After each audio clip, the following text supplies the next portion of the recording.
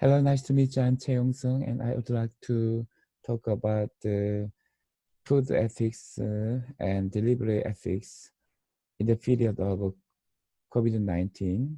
Mm, and I will introduce the one article. The topic is coronavirus ethics. Is it immoral to order food, putting delivery people at risk? Uh, Here's a question that has come up in the wild times. Is it morally acceptable to order food from a supermarket or delivery service during the period of the coronavirus, and actually putting the delivery person at risk, as well as the employee who puts the order together? The latter has to make his way between people and is at risk of being infected in the supermarket, whereas I'm in sterile area at home. I should note that I work from home, but not because I'm in mandatory 14-day quarantine or confined here by a mysterious text message from the government. The special delivery, the pandemic that has currently seized the control of our lives is a reminder that theoretical moral discussions of which ethics are so fun as are a present privilege without actual consequence in place that have become focal points of the disease, a dilemma of the hypothetical trolley, where to allow a runway street car to proceed on its course and kill 5 people, or divert it to the side track where it will kill 1 person, has become a concrete macabre problem. In Italy, for example, recommendations were published that called for providing treatment on the basis of such criteria as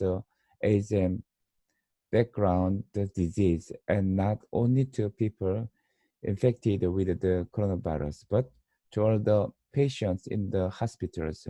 They are based on a utilitarian ethical approach, utilitarian ethical approach, or as those who wrote the recommendations put it, on the principle of maximizing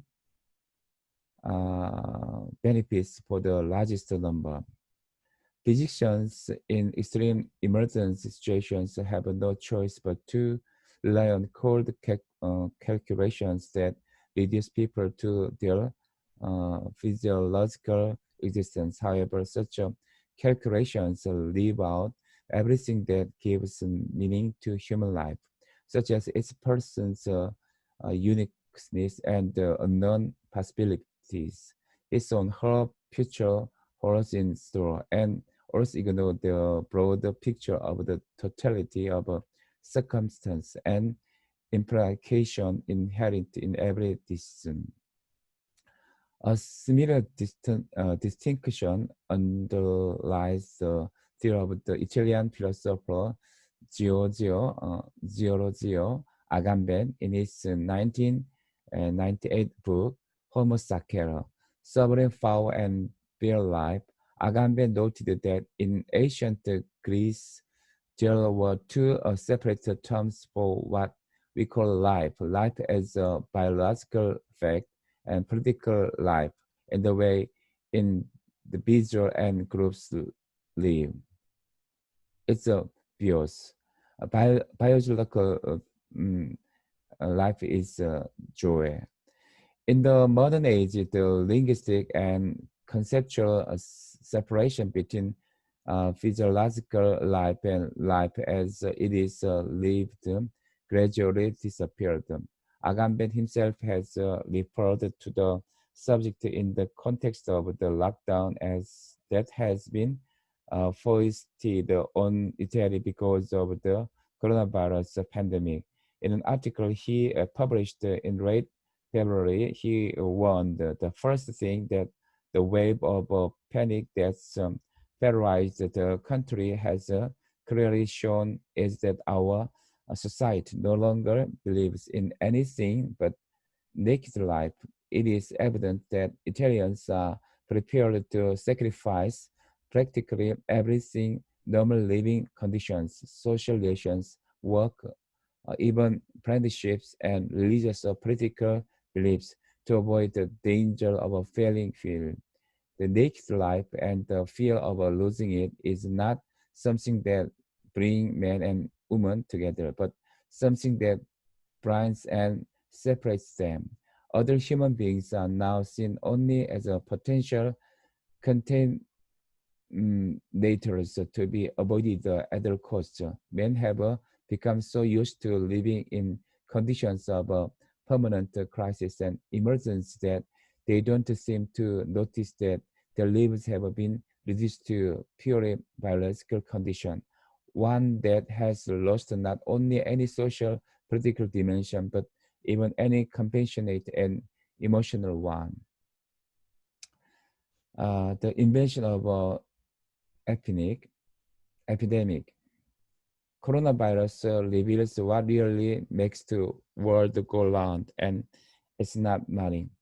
Agamben's remarks were extensively criticized by his colleagues, and rightfully so, because of his known propensity for political paranoia, and because he downplayed the dangers of the coronavirus epidemic shortly before Italy became a disaster zone. But he shed light on an important point: the focus on the numbers of sick and dead or naked life in Agamben's works is making us forgotten other dangers. Hundreds of thousands of people are losing their livelihood. Business are falling apart. The regime is adopting frightening authoritarian powers. Leisure activities and cultural events are disappearing from our lives. The clothes and anxiety are causing deep mental anguish. Women and children who suffer from domestic violence are in uh, heightened danger. Racism is flourishing. Social bonds are disintegrating, and the other is perceived mainly as a dangerous spread of a disease. In the moment context, as the Italian philosopher and psychoanalyst Sergio Benvenuto wrote in response to Agamben, the precautionary measures that have been taken, however painful, especially because of the economic damage, are the less ever. Concern for the other lies at the heart of moral effort, and remaining at home is the most important action we can undertake at this moment to care for others. However, that fact must not lead us to forget other problems and other ways to proper help and display solidarity. Your question focuses on the health risk and ignores the economic distress with which many Israelis are now coughing.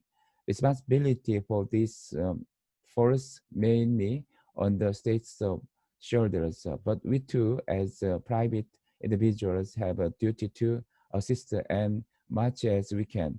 In the economic limbo we've been plunged into, business are keeping their head above water by means of delivery service, and employees who have been put on unpaid leave are temporarily making a living as a delivery people. Refraining from ordering deliveries will harm both groups. The real problem is, of course, the brutal capitalist system within which most of us struggle to survive. But that's not something you will able to fix with your deliveries parish. Additionally, from utilitarian viewpoint, reducing the number of people in restaurants and supermarket to reduce the general rate of infection, which benefits both delivery people and other employees as well as the general public. It follows that the question we need to ask is not whether it is moral to order food or for delivery during the coronavirus epidemic, but what is the best way to do so in the health context?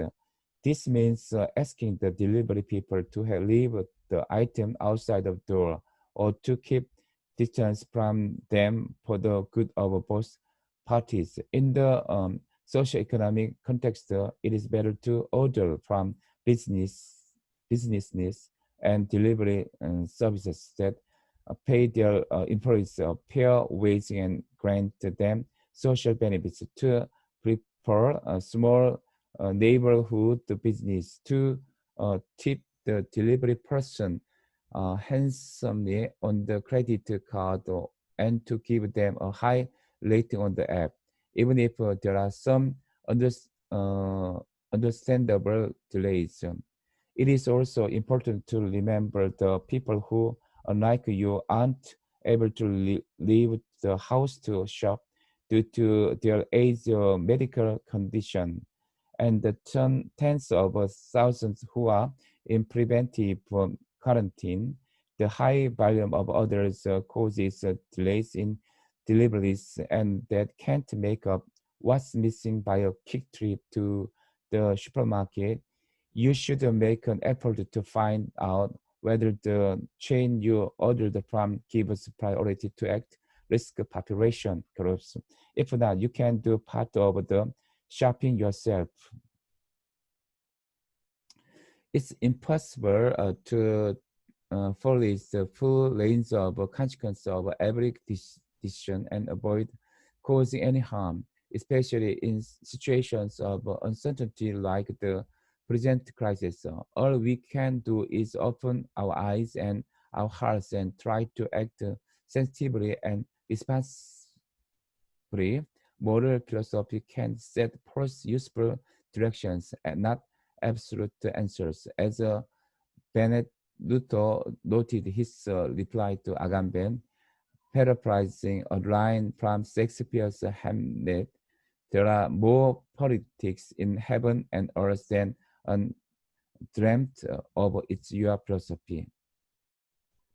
I've interested one article. The topic is coronavirus ethics. Is it immoral to order food, putting delivery people at risk? What do you think about it? I think that the most important way of showing solidarity with the other today is to be mindful of his or her problems. Thank you very much for listening my word.